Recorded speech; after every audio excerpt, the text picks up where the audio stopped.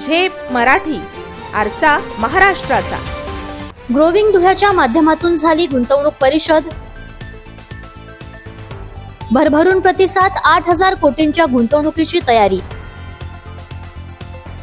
Connectivity आहे, जागाही देणार, महसूल मंत्र्यांची ग्वाही। धुळे जिल्ह्याचे पालकमंत्री जयकुमार रावल आणि शहराचे आमदार अनुप अग्रवाल यांच्या पुढाकाराने पहिल्यांदाच धुळ्यात गुंतवणूक परिषद झाली। उद्योजकांनी भरभरून प्रतिसाद देत तब्बल 8,000 कोटींच्या गुंतवणुकीची तयारी दर्शवली। तशा सामंजस्य करारावरही आज स्वाक्षऱ्या झाल्या। राज्याचे महसूल मंत्री चंद्रशेखर बावनकुळे यांची या परिषदेला प्रमुख उपस्थिती होती। धुळ्यात रस्ते, पाणी, दळणवळणासाठी कनेक्टिव्हिटी आहे, उद्योगधंदे वाढीला पोषक वातावरण आहे। पालकमंत्री रावल आणि आमदार अनुप भैया हे यासाठी सकारात्मक आहेत।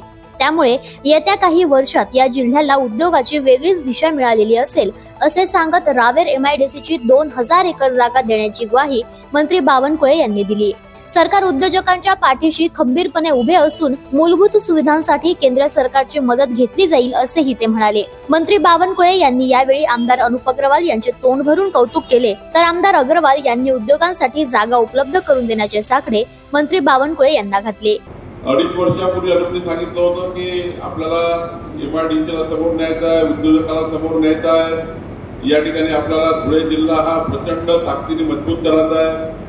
मी अनुपला सांगितलं होतं की 2.5 वर्षांनी, म्हणजे मी 2022ला बोललो होतो अनुपला, धुळे जिल्ह्यात जेव्हा आता पुढच्या निवडणुका होती विधानसभेच्या, तेव्हा तू आमदार होणार आहे आणि आमदार झाल्यानंतर निश्चितपणे रेकॉर्ड ब्रेक पद्धतीने तू आमदार होणार आहे।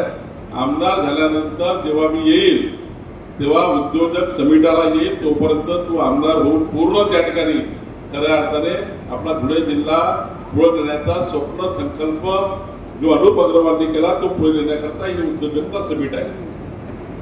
मला अभिमान। या परिषदेला पालकमंत्री जयकुमार रावल, खासदार डॉक्टर शोभा बच्छाव, प्रदेश महामंत्री विजय चौधरी, माजी केंद्रीय मंत्री डॉक्टर सुभाष भामरे, आमदार अनुप अग्रवाल, आमदार काशीराम पावरा, आमदार मंजुळा गावित, माजी आमदार राजवर्धन कदमबांडे, गजेंद्र अंपळकर, उद्योग संचालक वृषाली सोने, जिल्हाधिकारी जितेंद्र पापळकर, पोलीस अधीक्षक श्रीकांत धिवरे यांच्यासह उद्योजक मोठ्या संख्येने उपस्थित होते। अशाच वेगळ्या आणि ताज्या बातम्यांसाठी पाहत रहा झेप मराठी, आरसा महाराष्ट्राचा। संपादक प्राध्यापक अनिल चव्हाण, धुळे।